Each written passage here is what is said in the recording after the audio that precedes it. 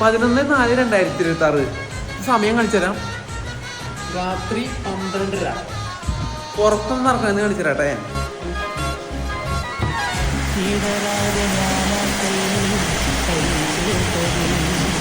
മോനെ കിട്ടില്ല, കിട്ടില്ല.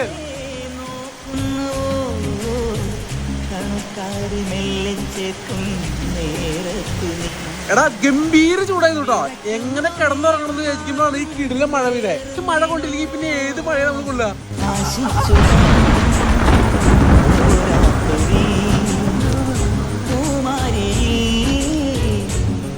എന്റെ മോനെ നട്ടപ്പാതിര രാത്രി 12:30 മഴ കൊള്ളുക.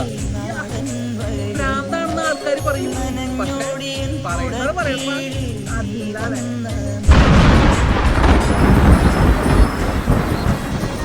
അതിന്റെ ഇടയ്ക്ക് ഒന്ന് കമന്റ് ആണ് കേട്ടോ.